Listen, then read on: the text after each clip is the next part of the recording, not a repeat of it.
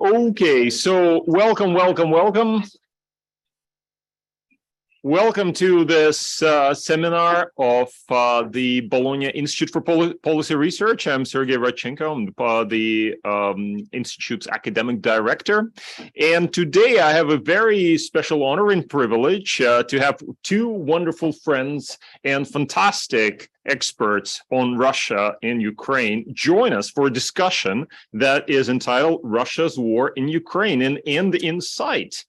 Is there a question mark at the end, or is it an affirmative? I cannot see it. Oh yes, there is a question mark, which is of course how it should be, because we don't know what is going to happen. We have been monitoring this war now for months. It seems like it has been a very, very long time. And of course, the brutal campaign of Russia against Ukraine continues. If you tuned into your news today, you will see that, of course, the Russians continue attacks against civilian infrastructure in Ukraine, including targeting power grids, leaving much of Ukraine without electricity and a part, for example, Odessa without running water, as we face a very bleak winter in Ukraine as temperatures continue to drop. So it is a true humanitarian catastrophe. It's a tragedy for a country. It's a horrible crime. But where is it going? What is going to happen? So it's very good to have two of the finest analysts, of people who really know what they're talking about when it comes to questions of Russia-Ukraine relations. And first, I'll just very quickly introduce them. They don't really require introduction. I guess I will start with Kadri Liik, who was born in Estonia originally and has worked in Estonia as a journalist for many years before then starting on a career in policy research. And currently she is a senior policy fellow at the European Council of Foreign Relations based out of Berlin, and is an author of many fantastic articles on Russian foreign policy, which she has monitored for many years. And sitting right next to my left here is Michael Kofman, who is the director of the Russia Studies program at the Center for Naval Analysis in Washington, D.C., and a military expert like no other on Russian on the Russian military, which he has followed for many years as well, and of course has become really a voice over the last few months, a source to go to on issues related to Russia's war in Ukraine. Recently, just actually came back from Ukraine. I'm sure he'll have more to say about this experience. So, without further ado, let me open this panel by turning to our two panelists and perhaps asking them to give a brief overview of where they think we're going with this conflict in Ukraine. Is the end in sight? And I guess I'll start with Kadri. Kadri, please. If you just push this button. Yeah. Thank you. Thank you very much, Sergey, for a kind introduction and for inviting me here. Always nice to be in Bologna. Always happy to come back.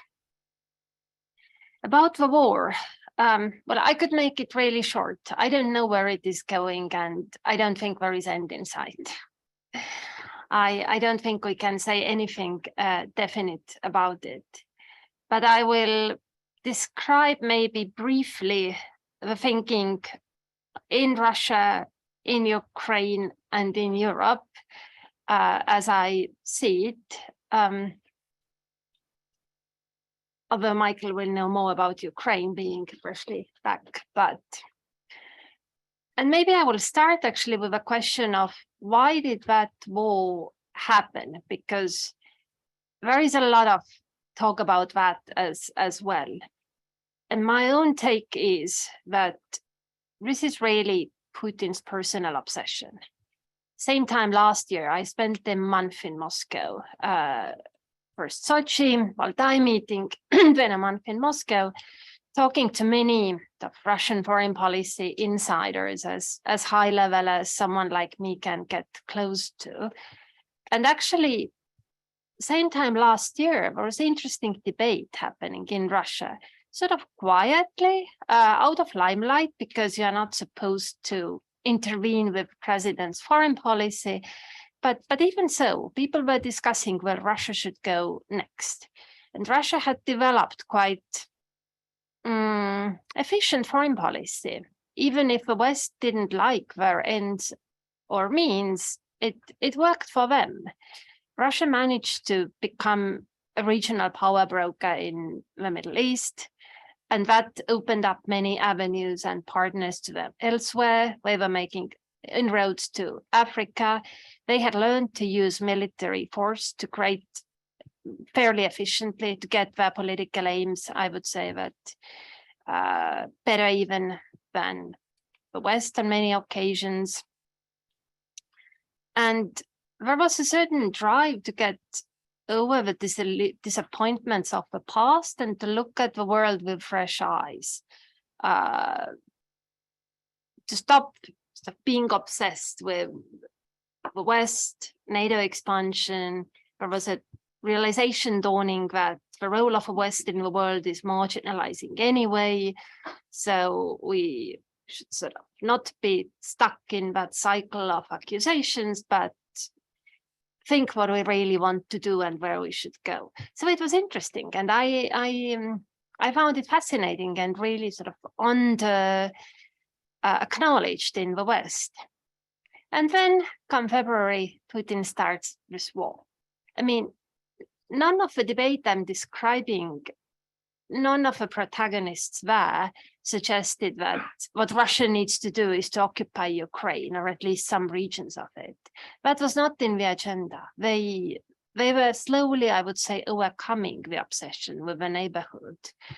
So, and everything Russia could have rationally wanted in terms of security arrangements and whatnot was actually available by diplomatic means. If you look at the debates and negotiations in January, February, when these big delegations of Americans and Russians met, and there may have been one or two back channels talking every now and then as well, then I think neutrality for Ukraine was actually on the table. There was some stuff back and forth between the West and Ukraine, who should say it. Western countries wanted Ukraine to say it first. President Zelensky wanted America to say that Ukraine won't get into NATO, but there was no fanaticism around NATO issue. Neutrality was there. It was reachable. Likewise, arms control negotiations, security talks. Biden had offered that much to Zelensky. To Putin. So that was all available. What was not available by diplomatic means was occupation of Ukraine or dismemberment of Ukraine. And Putin prioritized that above all else, at great cost to his country, I would say, because it's very clear that Russia's overall strategic position will be a lot less favorable once they emerge from this war. So I hope I will live until archives open and we will be able to see the discussions leading up to the war in Moscow. Who said what was fought, what was done, and Sergei will write about it. 30 years from now. Yeah, well, we have a chance. We can still see it. I will be really curious because, and maybe I will be forced to change my mind then. But right now, it seems to me that this is Putin's personal war of obsession. And that has happened partly because of his isolation, different types of isolation. I mean, one is the isolation you end up in when you are 20 plus years in power in an authoritarian country where people don't necessarily like telling truth to powers that be, or it doesn't necessarily end well for them, for those who do. And you end up in a bubble. That happens even in less authoritarian countries and in less of a time. So Putin maybe has survived even remarkably well by the standards of the job, but 20 plus years is a lot. But secondly, I think COVID isolation as well.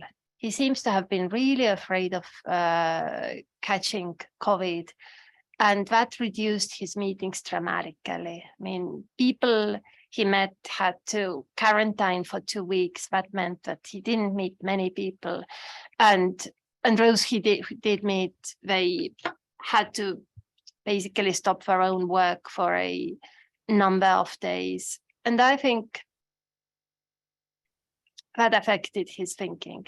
Plus also, I think something that tends to happen when people age, they are more drawn into history, and also I think religion in his case. I see how that has happened.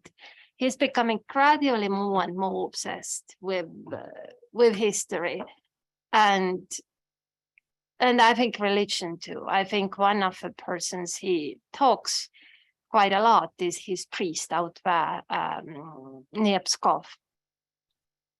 So I think it was his personal take that has taken Russia into that war. And this being so, it's actually not surprising that it's not going well, because that war, or how it was launched, it bypassed all interagency process that Russia once upon a time used to be fairly good at. Many policy endeavors passed through consultations in different government institutions. This time, I mean, if you watched the TV show 2 days before the war, when Putin asked if we should recognize the republics, the whole elite was there and very few of them knew what was coming. So he basically deceived his whole establishment by preparing that war. So where is it going? I don't see Ukraine giving up. I don't think they will. I mean, Ukraine to me is a country that doesn't tolerate violence. You could see that in Maidan. Yanukovych fell after exercising violence against protesters. He could have stayed president had he not done that. But Ukrainians seem to reject violence. And you can see that in this war as well. There is no willingness at all to sue for peace. And if Zelensky wanted, then I think that would be domestically also quite complicated for him. Plus, Ukraine is not thinking they are losing. They have done better than they expected to. And even though winter has brought new hardships with attacks on infrastructure, etc., I don't think Ukraine is giving up. Now, Moscow's position is really strange. I keep in touch with some of my friends and colleagues in Moscow.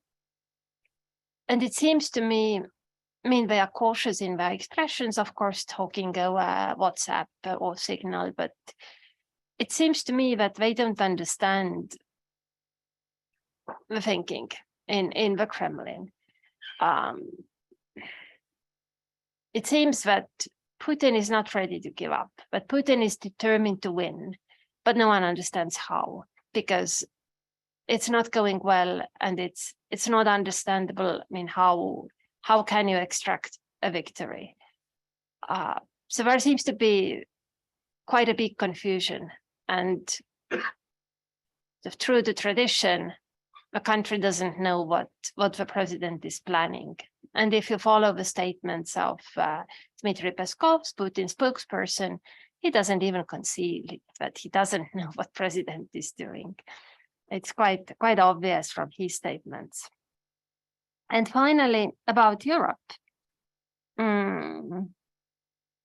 It seems to me occasionally that, the military operation going less that well than one would have expected, one in Moscow. Putin's hope maybe is that the West will stop supplying Ukraine, and this will hand him a victory of sorts in the end. And his recent Valdai speech, if any of you bothered to listen, that was actually speech to the West to a large extent, to Russia-friendly elements in the West, saying that Russia is not your enemy, your own politicians are your enemies. They have conducted policies that have led to energy shortages in Western countries. This very transparent, not so subtle hints at all as to what Europe should do. But I don't think Europe is changing its course. We have done at ECFR recently a survey of European decision makers. We have researchers in all EU member states, and they are stuff plugged into their countries' elite circles. And whenever we have questions, we want to ask policymakers. So not public opinion survey, but elite survey. They do the interviews for us and get us feedback. And so we did that about Russia and the war. We asked all member states. And it was amazing how determined they are. I was surprised. No one thought that they should give in to Russia, except Hungary. Hungary is the one outlier who doesn't want sanctions at all, who just wants to resume business as usual with Russia and the whole thing just to go away. No one else. Not even, countries that have been considered usual suspects in this regard, like Austria or sometimes Italy. No. Everyone is trying to store up their energy supplies. They are doing so with quite some success, if not in a manner that would be sustainable, but it doesn't have to be sustainable. They have to survive a winter and then think of sort of proper community method of approaching these issues. So it's crisis management mode in Europe. And it's working actually remarkably well, even if people are nervous and worried. And as to Russia, we asked how to imagine relationship in the Russia or future geopolitical order in Europe. And it was also interesting to see that people fail to think far ahead.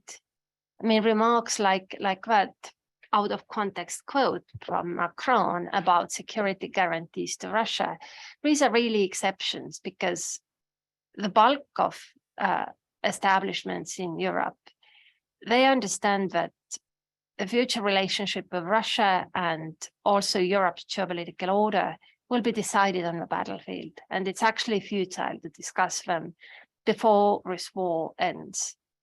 And they asked if they blame the war on Putin or Russia, the famous question, do we have Putin problem? Do we have Russia problem? Then the majority replied that war is Putin's. We wouldn't have that war without him, but it will be hard for the wider Russian elites to distance themselves from that war. So Putin's departure will not resolve it for us. And we asked if Europe should set regime change in Russia as its goal. Majority said not. We are not good at regime change business, and better let's not experiment with that. At the same time, they don't also imagine relationship with Putin's Russia. So the thinking seems to be that we are not going to change Russia, but we hope it will somehow change in itself. But in any case, if Putin hopes that the hardship of winter will bring Europe to his side and Europe starts putting pressure on Ukraine, I don't think we see preconditions for that in place right now, rather vice versa. Okay, well, thank you. Thank you for these introductory remarks. We are accepting questions. There are some people who are sending questions online. Please, if you have questions, do put them online. I will try to get to your questions. And we have a very large audience online as well as here, obviously. So I will limit my own comments to the minimum. With this, let me turn over to Mike Kofman with his prognosis on where we're going. Is there a light at the end of the tunnel? Yeah, well, Sergey, I probably misled you if I suggest to you that I have a prognosis right now from my point of view. There isn't a clear end in sight, but there are clear potential trajectories this war can take. And wars at the end of the day end in a finite number of ways. So let me kind of outline my thoughts. First, a couple of caveats. One, obviously, it's very difficult to prognosticate what's going to happen in the midst of a war, right? So, no offense, you're going to have an easier job as a historian after the fact, looking back as to what happened and why, once you know how it ends. Yes. It's a lot harder. The past is always easier. Yes, exactly. Although you know the old joke about Russia as a country with an unpredictable past. That's true. Second, because in the midst of war, you're dealing with very limited information, and you often end up having kind of a status quo bias, right? So if Ukraine is doing well and it's winning, folks tend to assume that that's the way the war is going to go on. You generally tend to assume that the war is going to continue based on whatever phase you're in, right? But wars have inflection points. They don't end the way they begin, and inflection points are not always easy to foresee. Or alternatively, if there's a relative lull in fighting, people immediately begin to assume that that must mean the war is heading to a stalemate, and it is not, right? So just to appreciate models of thinking, how you're looking at a war based on the phase you're observing. Okay, and the last big part is it's very difficult to predict changes in policy. In this particular war, at the very least, Ukraine's war effort is heavily dependent on external material assistance from the United States and from European countries, but very, very specifically the United States. And as a function of material availability, there's the ammunition, the equipment that the United States and other countries have, but it's also a function of policy, right? So if you're trying to predict the future of a war, you at some point, at some level, are also trying to predict policy. And for example, you don't know, is the United States going to give Ukraine ATACMS or not? Are Germans going to finally relent and give Ukraine Leopard 2 tanks or not? Will other people introduce capabilities that hitherto have not been introduced that could change the military balance that you don't know 3 months from now might enter the battlefield, right? So that's just to put that aside. Okay. Well, let me give you my views based on what I know or perhaps more accurately don't know. First, after Kharkiv and Kherson, to me at least, it increasingly looks like probably at least the near-term trajectory of the war, the fighting will look closer to Kherson than it did to Kharkiv for a particular reason. At Kharkiv, Russian forces were largely depleted. There wasn't much cohesion there. There was a lot of Rosguardia mobilized personnel, and Ukrainian forces themselves were surprised by the lack of Russian military presence, organization, and cohesion that they encountered. It was a well put together plan. It was a well put together operation, but they were very fortunate, and it's not the kind of thing that they necessarily can repeat. Why? Because having enacted wartime measures and mobilization, Russia has dramatically increased manning levels to stabilize the battlefield, right? And while mobilization initially started off as a very fraught and somewhat shambolic process, nonetheless, if you look at the output, you can see that Ukraine has been making incremental gains in Luhansk. This is along the Troitsky-Svatova-Kreminna line, but has not had major breakthroughs. I'm not saying they won't happen, but if you will reflect on the last 2 months, I think that's a fair assessment. Kherson, on the other hand, was a challenging fight, a grinding fight involving a lot of attrition. I was there actually myself in person a few weeks back when the fighting was quite heated as the Russian forces had begun withdrawing, but had not at all withdrawn. This was back in October. And although the Russian military was in a relatively precarious position, is an important point. They were able to withdraw in an organized and relatively cohesive manner with the bulk of their forces and their equipment intact, which means that Ukraine earned a significant strategic victory, but with the understanding that they would have to fight the bulk of the better component of the Russian military in Ukraine, again, on another part of the battlefield, because it was able to exit Kherson essentially in its entirety. I won't say unscathed, I think that's exaggerating it, but I think largely intact. So let me outline what I think is the Russian strategy right now, at least as one can foresee it for the next 3-4 months, and what the Ukrainian strategy is. I think the Russian strategy is largely to entrench and defend over the course of the winter, to try to leverage mobilization both in terms of manpower and economic military mobilization, increasing production, getting equipment out of storage, creating new units, or raising the manning levels of depleted units, okay, to essentially reconstitute the force. All right. Complementary to that strategy, as you've seen, there has been an extensive Russian strike campaign since October on Ukrainian critical infrastructure. I would say that following the initial invasion, the first week of strikes, this has probably been the much more structured and strategic strike campaign that you have seen throughout this war. And it's targeting water management and electricity infrastructure for a reason. And it is slowly looking to attrit Ukraine's ability to sustain itself as a state. It's not just about things like creating refugee flows or preventing the return of investment. This is a steady course strategy targeting critical infrastructure. Why? Well, my impression is, and this is like just one analyst hypothesis, obviously, don't know.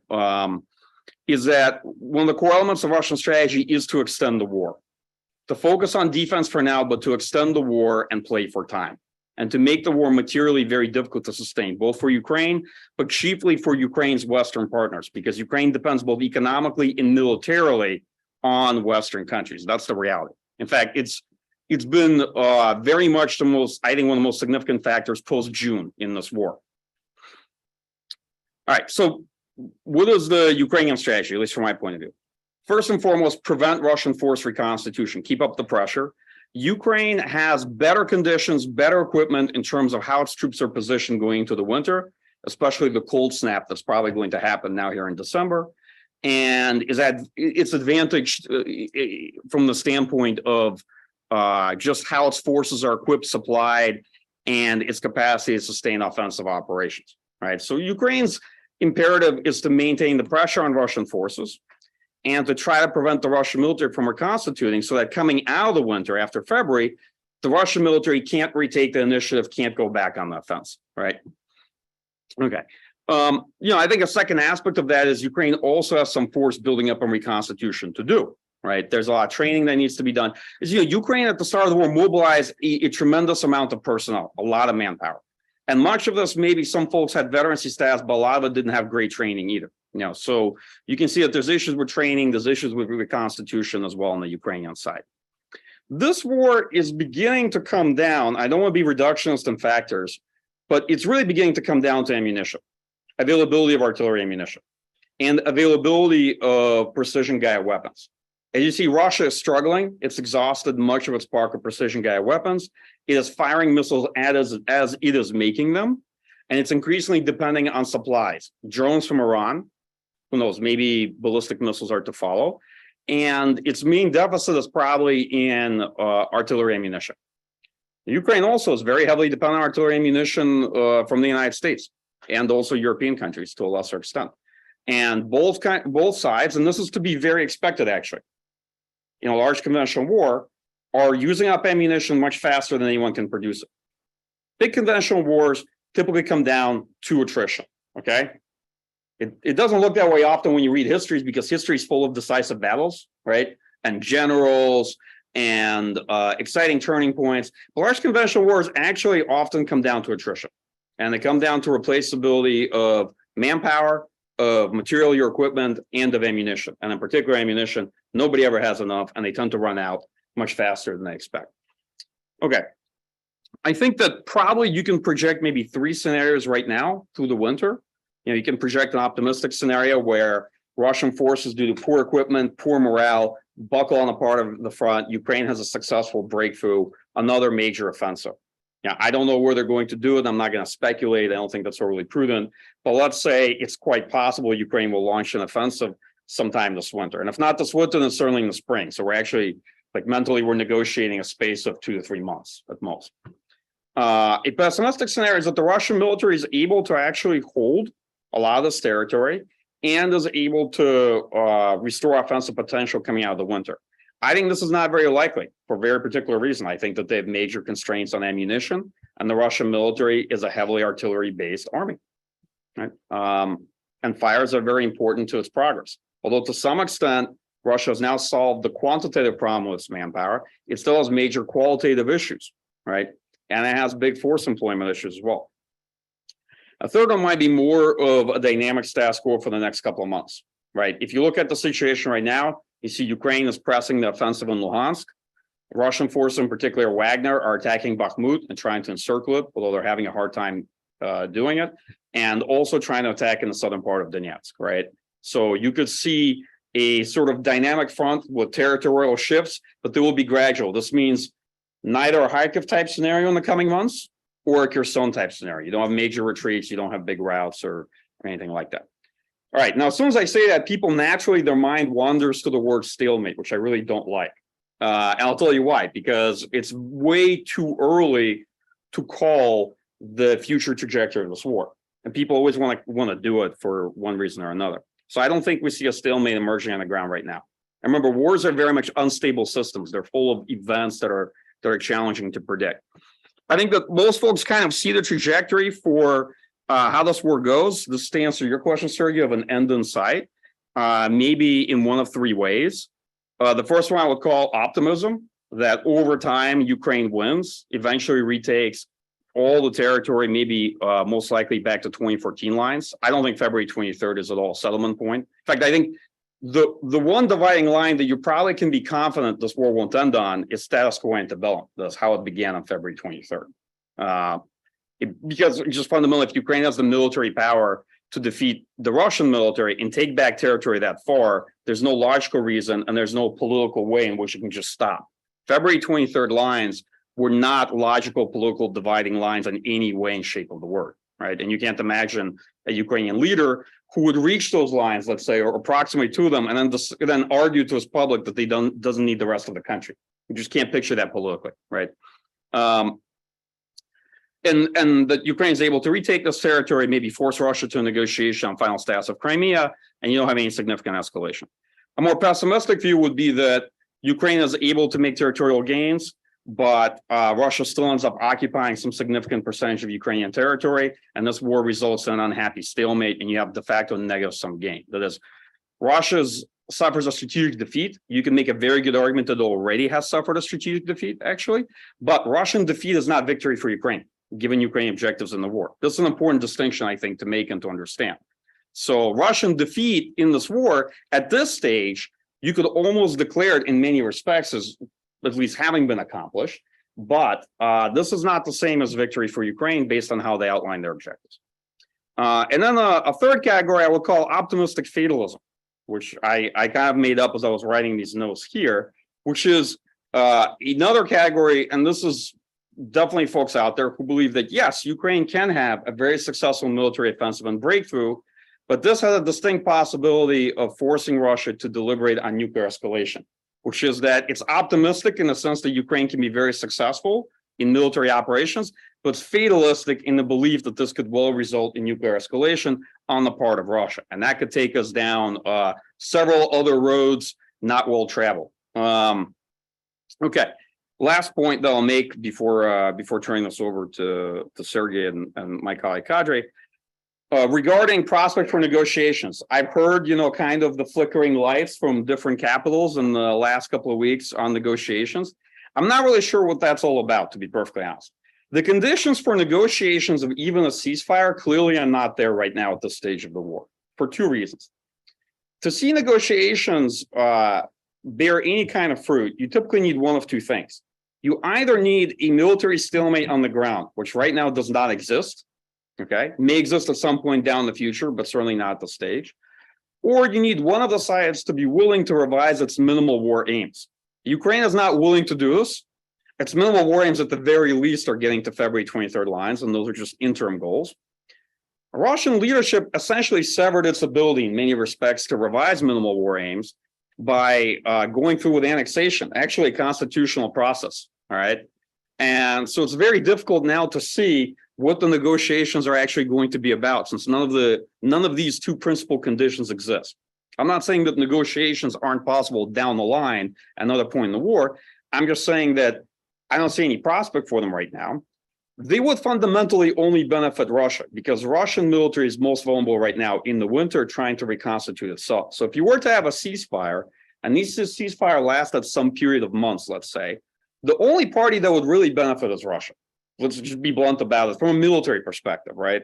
From a political perspective, I'm open to a range of views, but from a military perspective, it favors Russia much more than it favors Ukraine.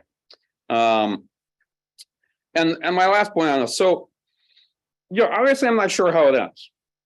I have some, I think on a day-by-day basis, I suffer from both optimism and pessimism. I end up debating this with myself. There's a couple of things I think are worth keeping in mind that aren't too optimistic. First, it's typically up to the loser to determine when the war is over. Because Russia could, for all intents and purposes, be defeated, but as long as Putin's in power, keep the war going.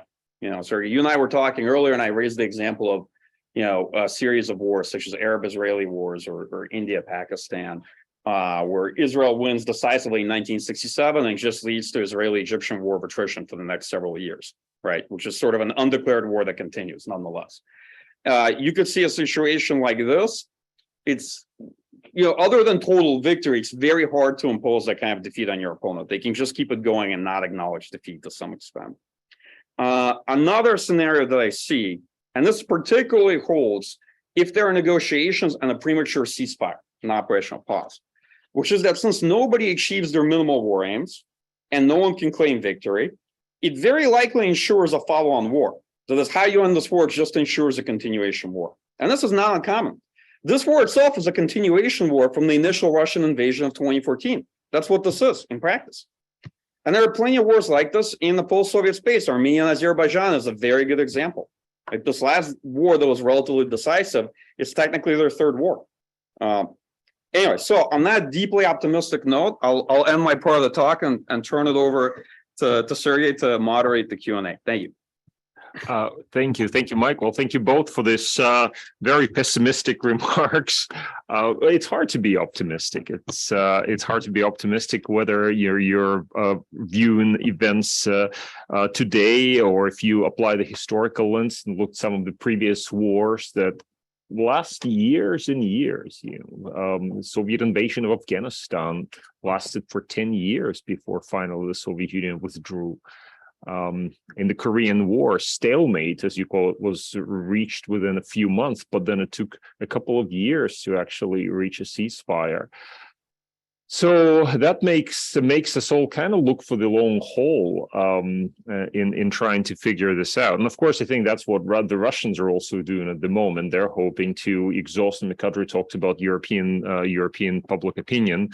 We are where we are now. I think Putin is counting on the Europeans simply tiring of this after a year. Project our attitudes today, a year from now. Can we say, well, a year from now, we'll care just as much about whether Ukraine has negotiations or on Ukraine's terms or Russia terms or whatever? It may be that this is what Putin is counting on, simply to exhaust through attrition, given that Russia is a big country, given that it has a fair amount of strategic autonomy and ability to sustain this over a very long period of time, even as Mike has just said, even while being defeated. Because we're not talking about a complete defeat in the sense of the West kind of changing effect or bringing about a regime change in Moscow. Nobody's really talking about this. The most the optimists in Eastern Europe sometimes talk about Russia falling apart as being a kind of an optimistic scenario. Here is one way to solve this problem, resulting in civil war in Russia, which I think for all kinds of reasons is actually very deeply problematic in its own terms. So as we look ahead, it is very grim, but I would like to open the floor for questions. Now, remember that we have a large audience of folks here. We also have 81 people online, so it's a large it's a large group of folks. So please, let's start with let's open the floor here, and we've got Professor Gilbert here would like to ask the first question. Think about your questions. I'll also get to those folks online in a second. I'd just like to ask about a country that's not been mentioned by either of you, Belarus. Are there likely to be spillovers and impacts on Belarus, and could that have any kind of strategic impact? I've often been struck that nobody talks about it while this has been going on.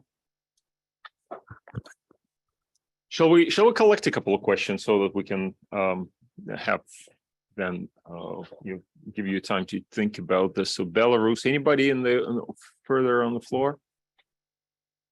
Do please introduce yourself. I also cannot see who's in the back. So Alex Kaplan, Masters of International Affairs. I'm curious, why do you think Ukraine hasn't taken the Russian position in Transnistria? Because it would provide it some leverage. It would decrease the Russian position from February 23rd, would show a loss in another region. And it's also, I imagine, a sort of thorn in their side. Okay, question about Transnistria, and how about we start with that, and then I'll get to the two online. Maybe Kadri, would you like to start by discussing Belarus, and maybe we'll leave Transnistria to Mike, or the other way, whichever way. Okay. I think Belarus might be more military question. I'd be myself interested if Belarus is joining in the war or not. The latest news are worrisome. But Transnistria, Interesting idea. Try to send it to Ukrainians. But no, I actually think that I don't think it makes political sense for Ukraine. Transnistria, I mean, first of all, it's actually Moldova, and and they wouldn't want to do nasty stuff there. And also, I think Ukrainian position is that this war is about defending their country and their territorial integrity. It's not about taking chunks of Russia. And you can see that there is very clear understanding between Ukraine and the United States that weapons that the United States sends to Ukraine must not be used to attack Russia. And I think Ukraine has actually kept that promise fairly diligently. So no, I don't think Ukraine simply has any intention of crossing its own borders. But interesting idea, of course. Mike? Okay, so make 3 comments. So first on Belarus. Belarus is a material party to the war, right? In many ways, it's now becoming a full extension of the Russian military. They have formalized defense pact. Actually, Shoigu was just there recently, and they signed a whole host of revisions to their late 90s agreements. And we don't know what those revisions are, but we can only assume that they codify what has been the de facto reality for the last probably 3 years. I would watch Belarus because there is a steady increase of Russian forces there, and where that's going to take us is unclear. I tend to be conservative as an analyst, so I usually wait to see more and more evidence of the things I'm looking for in order to say anything about the direction it's going to take. I think maybe 2 months from now, you might either see a real difference in Russian military presence that will suggest to you that Russia wants to reopen the northern front in this war, not go back to Kiev, but maybe somewhere else in Western Ukraine, or you won't. And one of those two will hold. I am increasingly of the mind, like my colleague in Poland, Kofman Muzyka, that I'm skeptical of a lot of assessments that Belarus won't necessarily join the war because of the political concerns of Lukashenko. I think it's been clear that actually he's running a pretty stable regime with no real military defections. And so a lot of proclamations that Belarus wouldn't intervene, because of political concerns, I'm not as sure of. But I'll be very honest with you, I'm not an expert on Belarus.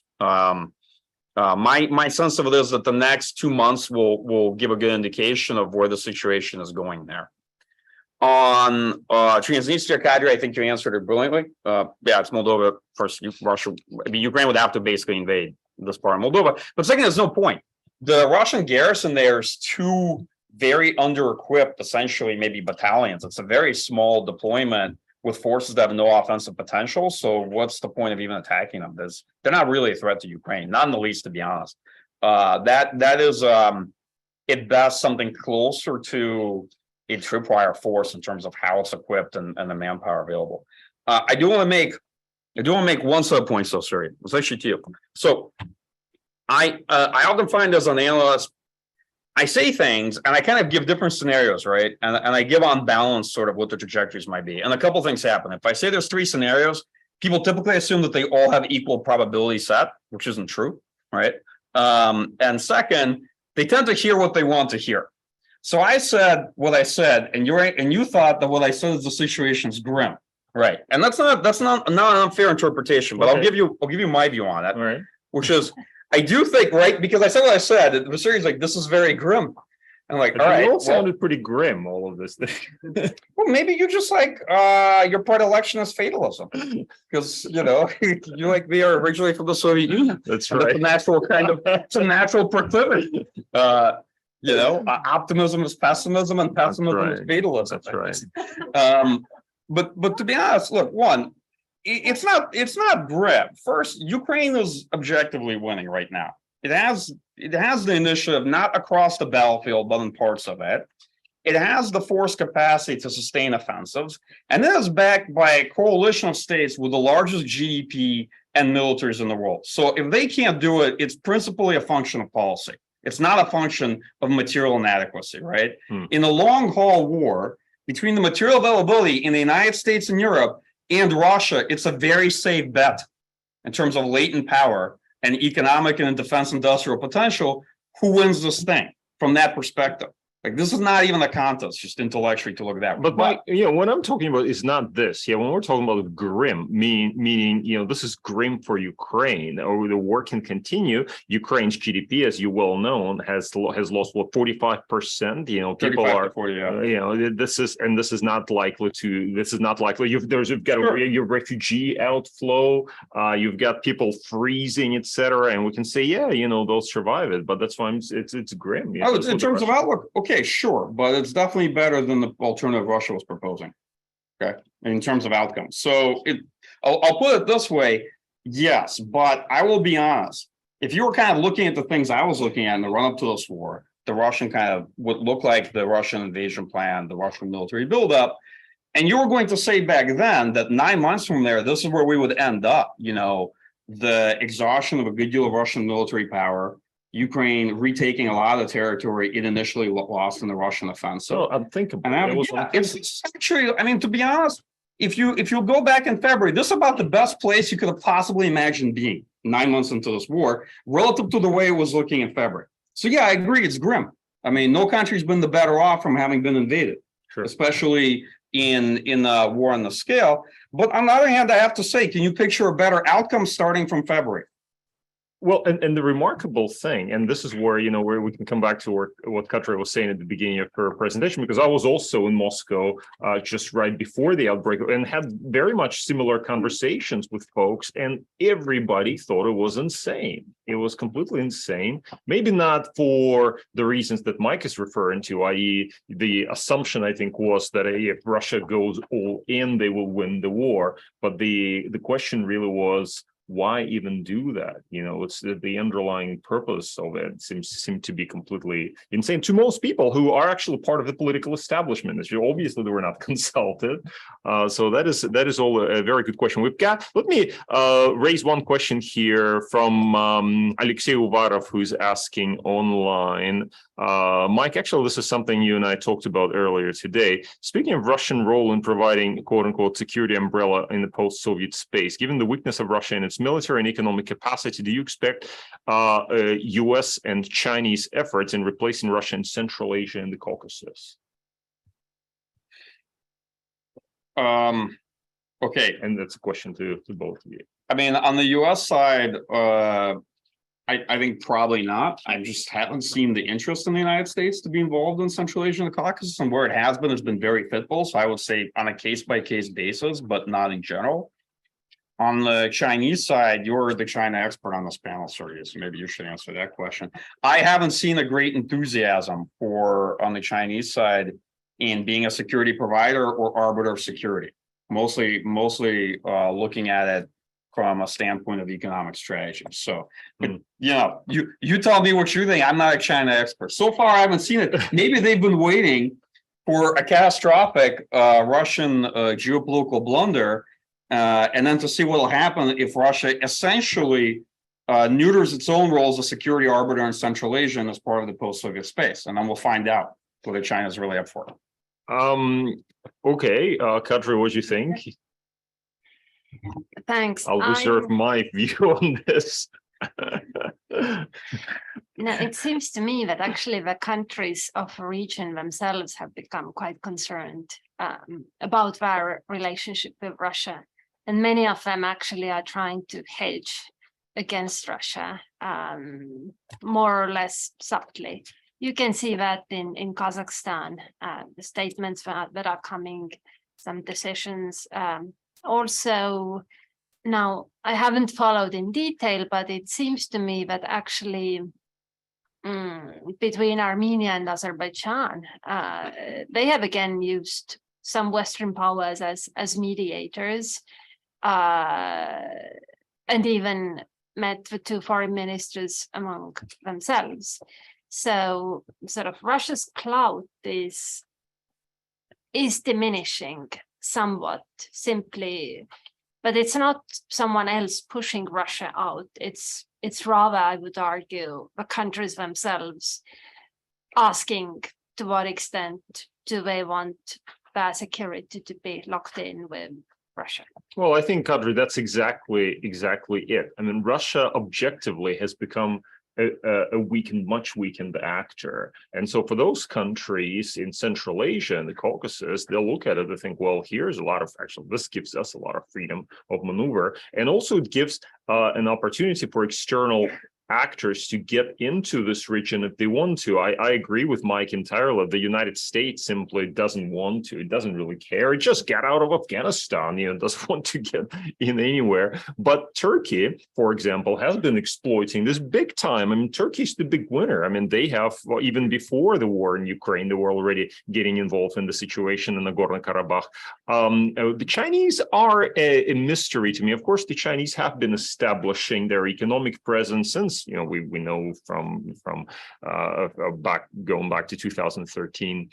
And have been developing this, but they are not perhaps as ambitious in terms of providing any kind of security umbrella or security guarantees. They do have some operation in Tajikistan, which is a very limited thing. But I think what they're doing in Tajikistan is they're trying to get a sense of what it means actually to operate beyond your own border and provide this kind of security assistance and security operations. But the Chinese are also just at the beginning of this process, whereas for the Russians, this is a long-established tradition, as it were, a long-established practice. But yeah, we can see that the Russians are certainly on their back foot when it comes to all of those countries and have to maneuver very carefully. Let's open the floor and see if we have more questions from our esteemed students.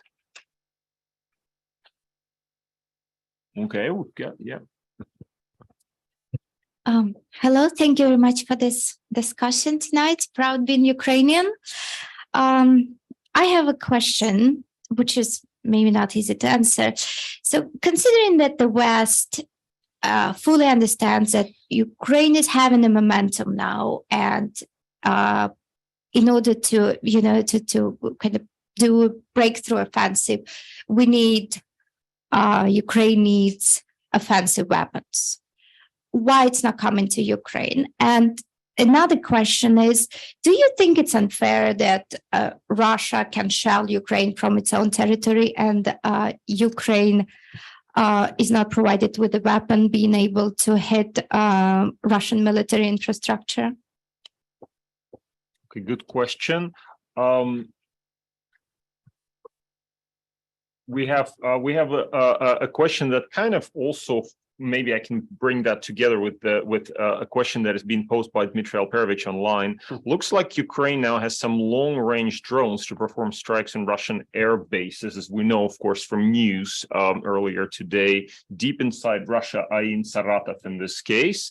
Do you think that this will have an impact on the Russian air campaign in Ukraine? So very specific. I think both of these are fairly specific military questions, and we have one in the back. Yeah. Hi, Miłosz Majore, Master of International Affairs. I was curious if you could say anything about the popular sentiment growing in Russia itself by the civilian population. So, I mean, other than the protests that we saw at the beginning of the war happening in Moscow and other big cities, I think recently there was a survey that showed that popular support had fallen from 47 or something to 25%. And I was just curious if you guys knew anything more about that, and if you ever saw it being an actual problem for Putin, if you see it becoming anything major. Shall we start with the Russia question, Kadri? I think maybe you can comment on that. Yes, good question. Hard to answer because, I mean, we see public opinion polls and support to the war is going down. But the question is, I mean, what does that mean politically? Will it translate into any meaningful resistance to the war, or even refusal by people who are being mobilized to show up? And thus far, I mean, some of that is happening. You all saw the queues at Russian borders when mobilization was announced. Many people voted with their feet, but I don't think it's sort of critical mass. There are millions more to mobilize. And hard to judge from the distance. Actually, disappointingly, I would say that elite mood is somewhat even hardening. Among my contacts in Moscow, early days of the war, I mean, they felt awful. I mean, they understood that this was a crime that Russia was committing, and completely unprovoked. But now, actually, with Western sanctions and Russia doing less well, there has been a certain, maybe not exactly rallying to the flag effect, but somehow, as if resistance makes the war more justified, which it doesn't. But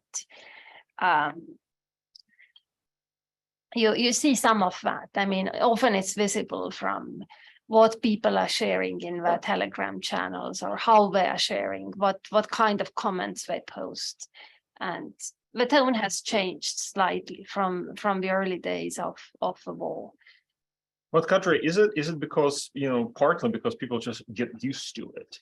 When the war began, there was such a profound shock. A lot of, including for a lot of people in Moscow, they simply could not believe that this could happen, and there was, mental shock and complete disbelief. But with time, you then develop a kind of, you almost get atrophied to brutalities, and you think, well, it's going on somewhere out there. It's not happening here, by and large. It's going on, we're not living a great life, but hey, we're still making it.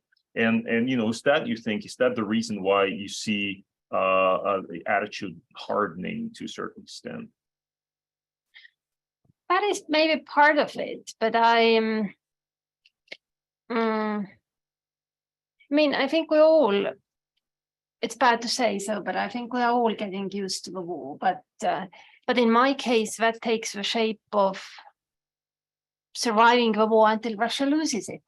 I mean, I'm determined that needs to be the outcome, but the mood in Moscow seems to be slightly different. The outcome people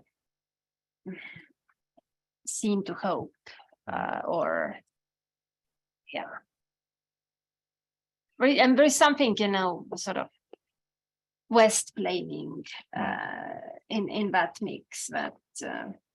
Again, hypocritical West is doing us that and that and that.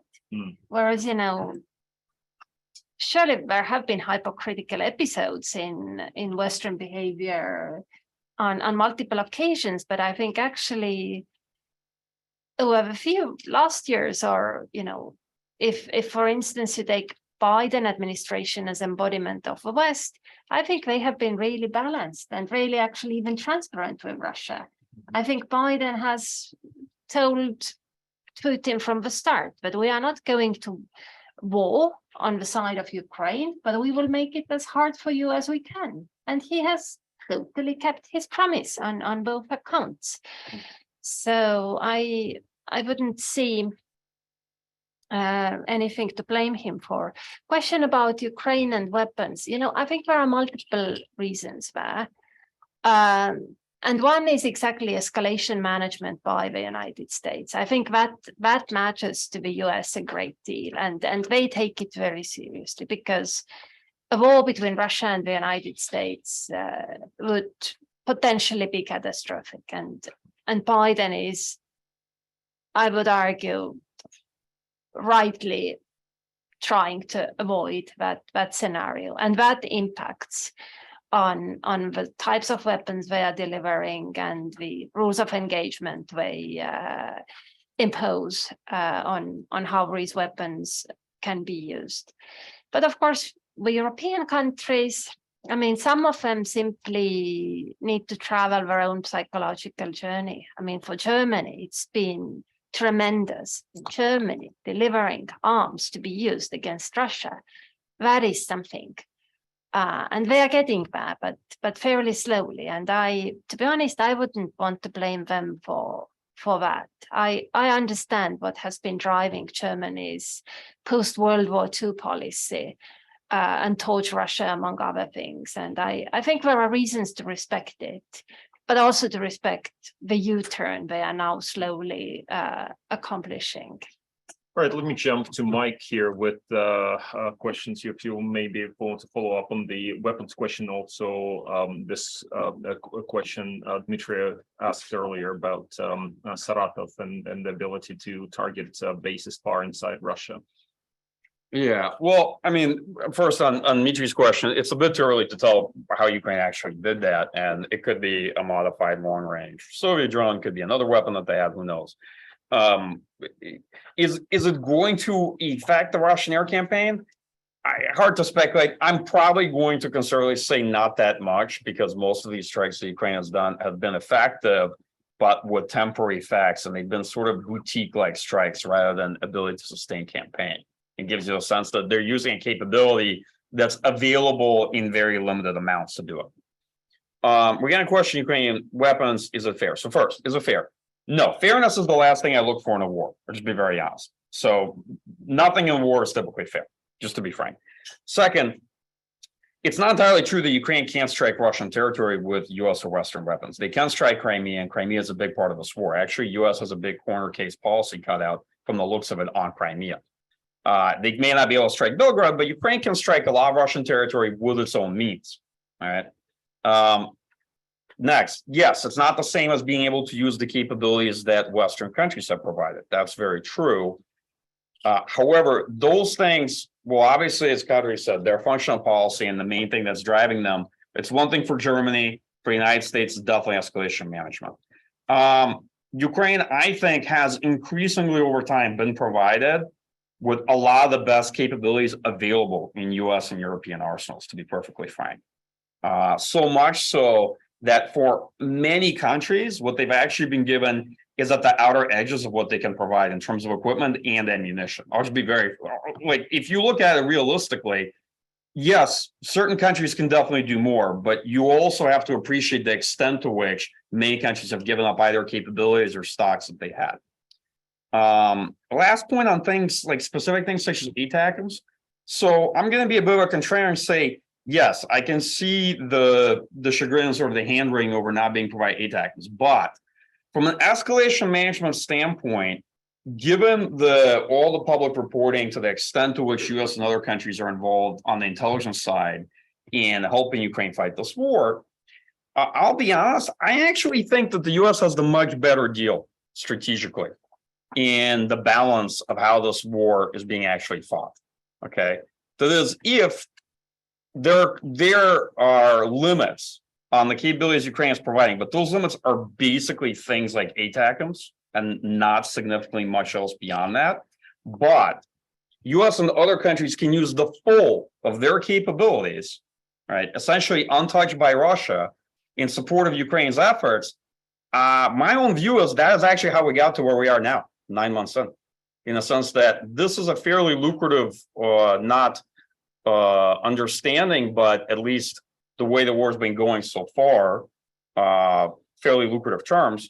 And it's led in many respects, putting aside Ukraine's own effort, I think, to the overall success of the war. So I have mixed views on this. I can see the big advantages Ukraine could get from ATACMS. I could also see how US and European countries are in many respects advantaged in how this war is going, being essentially material parties to the conflict.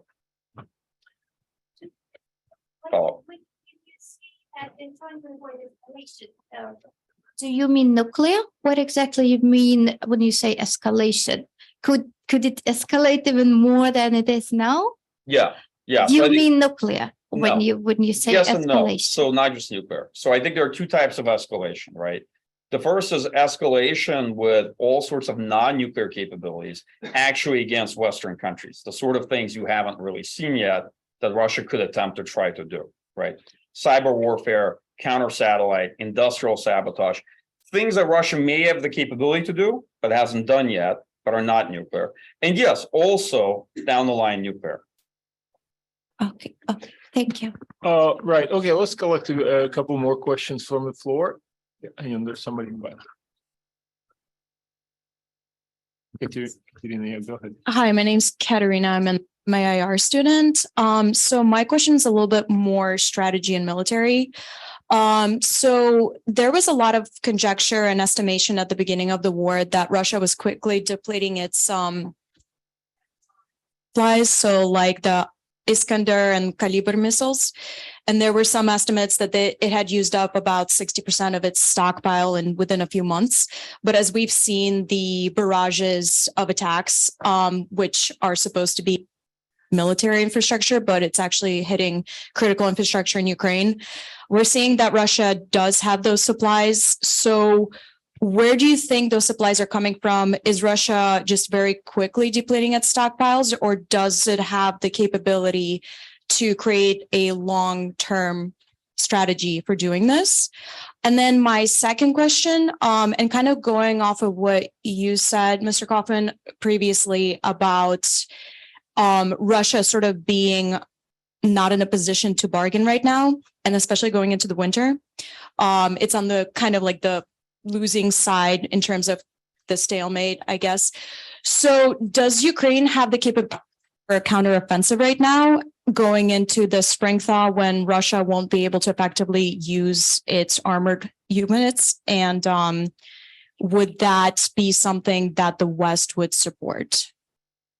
Okay, and let's also throw in one question from online, from Neil Murakovsky. I apologize if I mispronounced the name, but the question here is, what do you think is the likelihood of Russian Federation using nuclear weapons against Ukraine today as compared to 6 or 9 months ago? Has the risk increased or decreased? And it's of course interesting that we don't really hear much about this. For a few weeks, there was this big excitement about that, everybody was talking about Russia is about to use nuclear weapons, tactical nuclear weapons, et cetera, and there was a lot of speculation that they might, of course, the Russians were floating all this fake stories about dirty bombs and so on and so forth. But that has also gone away. So what is going on here? Maybe, Kadri, would you like to start with that? And then we turn to Katerina's question with Mike.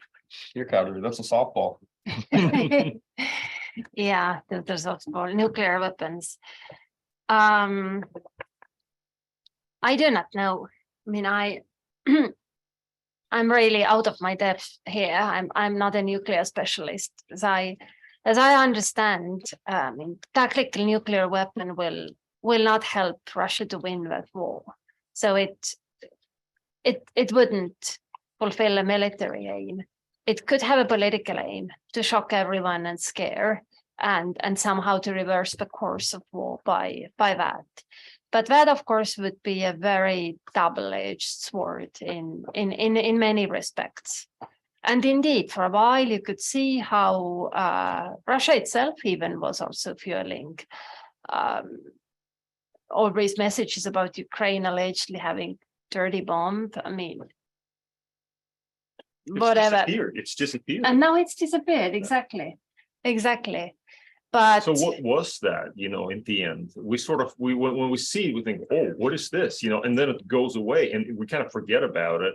But it's still, to me at least, it's still unclear what the Russians were trying to do. Distract attention from something. What exactly was this whole dirty bomb? It is, and sort of my modest point about all of that would be that I think it's unclear for very many people, especially in Europe, also including those who actually should have an idea what these things are about. That came through in that survey we did and that I talked about.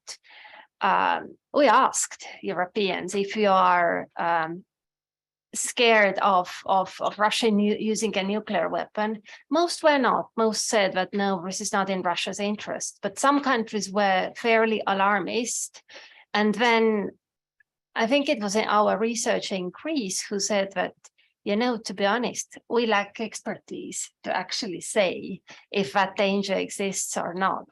And I think that might be true of very many European countries. And the danger I see here is rather a political one, that the debate about nuclear weapons in Europe might become sort of purely faith-based. Some countries are overly alarmist because they fear it so much. Others are dismissive because they think that this would be giving in to Russia's blackmail. But sort of actual people who know nuclear doctrines and who can discuss these matters professionally, there are not so many, especially in Europe.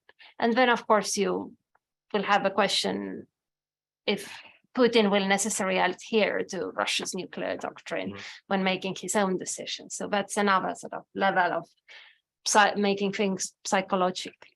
Mike, let me throw this to you. Remember that whole nuclear scare a few weeks ago? Biden made a statement that this would be, very unacceptable, et cetera, et cetera. Do you think Russia was successfully deterred, or did they never intend to do it in the first place? Obviously, the United States was getting some intelligence that this was, at least a consideration. Otherwise, they would not be making this kind of statements. Or simply that maybe they just wanted to kind of drive the point to the Russians, saying, well, even if you consider that, just don't even think about it, et cetera. Remember that statement by Biden? Yeah. So, look, honestly, I don't know. I thought that conversation was very premature and it was being had kind of at the wrong time. Firstly, because it was clear that Russia was launching mobilization, and since the launch mobilization, it likely meant two things, at least from my point of view. On the one hand, that the immediate risk of nuclear escalation was actually quite low, because the Russian political leadership had taken very politically costly measures, and they were going to see if they were going to work first, and it would take many months to see if mobilization would resolve some of the Russian problems or not in the war. All right. On the other hand, it became clear that the regime fully committed itself to the war back in September. Right. And actually, I think for many Russians, the war probably truly began in September, right? But as they began to really see it and feel it, rather being something that largely didn't affect them. From that point of view, I think long-term, the likelihood of nuclear escalations were definitely increased, right? Because you have a full commitment of the system. They burned their bridges in many respects. They don't have great ways out. Yes, they didn't fully define what territories they annexed. It's sort of a Schrodinger's annexation of their being coy about what the actual boundaries were. But nonetheless, their ability to revise minimal war aims are pretty poor. And, they essentially annex territory they don't control. By the way, there's a reason you don't do this in international politics. And you can see in the last couple of months why you don't try to annex territory you don't actually even control and can't defend. Let me put that aside. On nuclear weapons, people often get wrapped around the axle of this discussion. So in that debate, I learned an awful lot about nuclear weapons that I didn't think was true. Okay. And I just want to be frank about it. Kadri, I think this might be the one point in the panel where I will slightly disagree with you. Tactical nuclear weapons can definitely help you win the war, especially against an opponent that has no nuclear weapons of their own.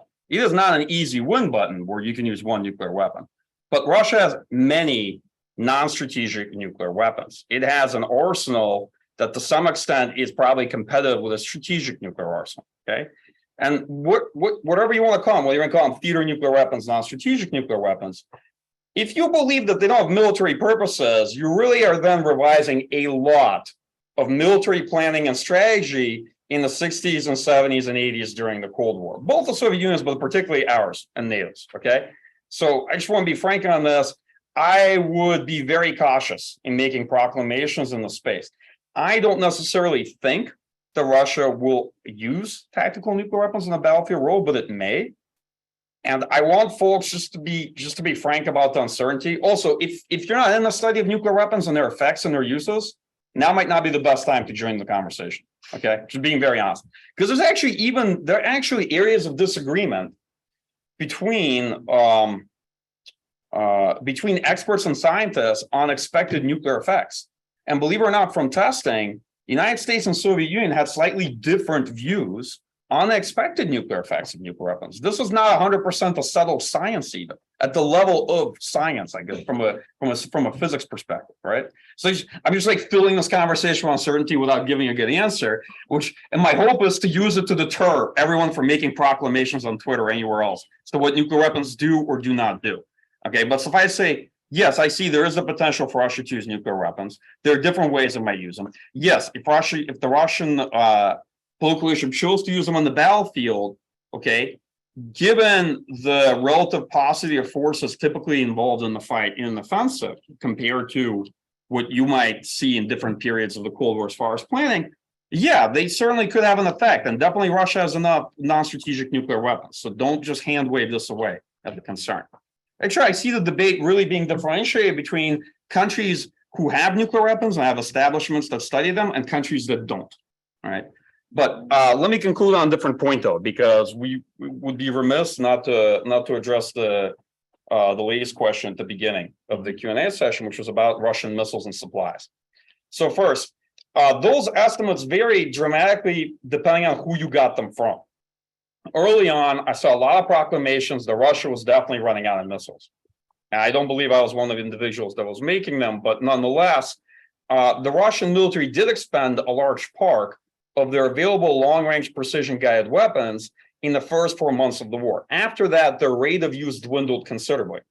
Since then, you have seen waves of strikes, okay?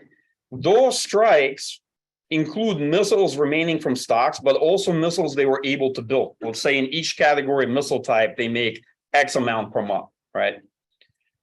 Some folks had also, I think, incorrectly assumed that export controls and sanctions would have instant effects on Russia's defense sector. Sanctions and export controls don't work like this, not at all.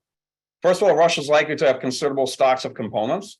Second, export controls increase the cost and they delay a country's ability to acquire those components, but they're not talismanic. They're not like a magical wand that you wave and suddenly the country can't get access to them. In fact, for irony's sake, if you were to look inside Iranian drones that Russia's using, you might find a higher percentage of Western sanctions components than even in Russian equipment. And Iran's been sanctioned for many decades, just to give you a sense of the challenge of blocking countries from acquiring the parts they need. Okay, so with that in mind, yes, I do think Russian missile stocks are dwindling. Yes, they will be able to sustain some rate of strikes per month because they're making some number of missiles per month. I do believe that probably earlier estimates might have exaggerated how small Russian stocks were, right? But by the way, all estimates need to have a range.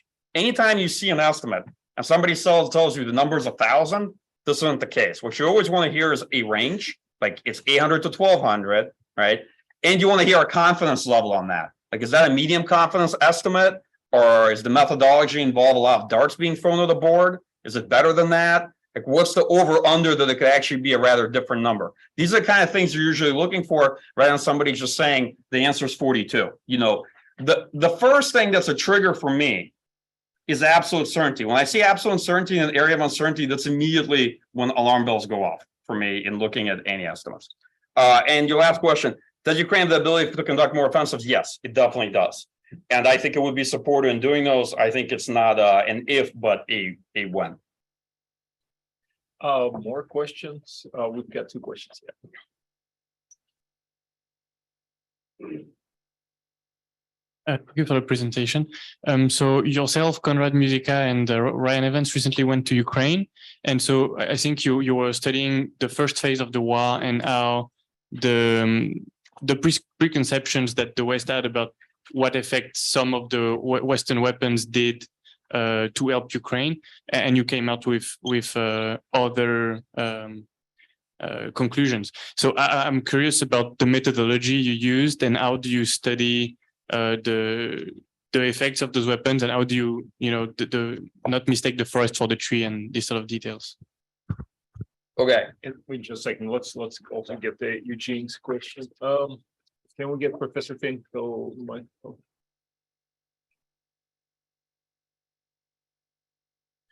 Thank you, and I want to commend you both for talking about the future without committing yourself to any prediction. But since Kadri mentioned that it is, at the bottom of it, Putin's war, then I would like to go into maybe not the future, but the counterfactual.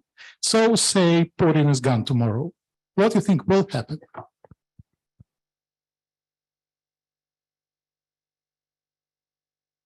Okay, great questions. Let's. Okay. Your trip to Ukraine, maybe Mike will start with you, and then the big question on very easy, of course, very easy. Okay, my trip to Ukraine. So, yeah, it was me, Conrad, Ryan, and Franz Stefan Gatti from ISS. Our trip had several purposes, I'll be honest. Part of it was look at the Battle of Kiev and to get some retrospectives, but at a whole list of objectives. It was, to be honest, in many respects, also an exploratory trip to see what the art of the possible was in terms of field study and talking to people and getting a better sense of what you could achieve by doing this. I don't get the answer to on methodology. I'll tell you two things. So first, in terms of doing something like this, my typical advice is don't. Okay, for a number of reasons. If you don't have a professional reasons for being anywhere in a war zone, you shouldn't be there. Okay, just being honest. Second, even if you do, sometimes you realize that maybe you shouldn't be there. Okay, so my always advice is don't do this as like a thrill-seeking thing, and try and make sure you understand the difference between field work and war tourism, because often they can blend. In terms of methodology, I will say on the part that you're asking about, a lot of this is talking to folks who actually fought in those battles and getting different perspectives and trying to build a composite picture with what we already know, right? Because there are many different forces involved, and there are people at different levels have different perspectives. People at the tactical level have one perspective on their part of the fight. People at higher echelons in command had a different perspective on how the fight went. People who, let's say, were special forces were doing one thing, right? And the regular military is something else, and the volunteers something else. And the truth is that, the longer the war's gone on, the more I think we found out about those early days. And those early days were crucial. That was the decisive battle. The first week actually is really the decisive week of this war so far. And it was very frustrating because we actually knew so little about it, right? And so what your guidebud said, and you don't even know nearly as much as you would like to about the most decisive period of the war, it's mildly maddening. So that was part of the reason. And yeah, I think we discovered quite a bit. Our colleagues at RUSI also have been going to Ukraine with some frequency and getting good outcomes from the research that they have published. And on actually, you know what? I should stop here. I should let you handle Gene's easy question. Although I'll make a comment to it then. Yeah. I now feel bad about all my trips to war zones. I clearly had no business there, but. Now, what will happen if Putin disappeared tomorrow? I don't know. I don't think it is possible to know, because I think on such cases, if something happens suddenly and so unexpectedly, a lot will depend on people and their personal decisions. Now, what kind of people are there?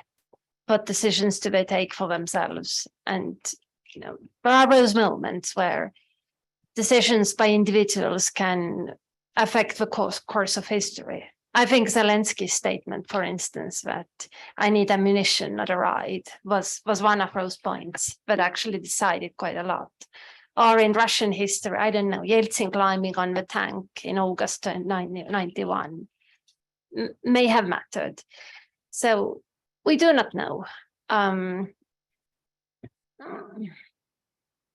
But you could argue that it's not excluded that why the Russian elites will somehow want to turn down that war, not by outright capitulation maybe, and accepting that there's a crime, paying reparations, not necessarily doing the things many of us would want them to see, but they must understand that this is bad for the country and probably bad for their own future perspectives. There could be some institutional calculations. I think, for instance, institutions such as FSB or MOD, they don't necessarily like the prominence people like Prigozhin and Kadyrov have acquired recently.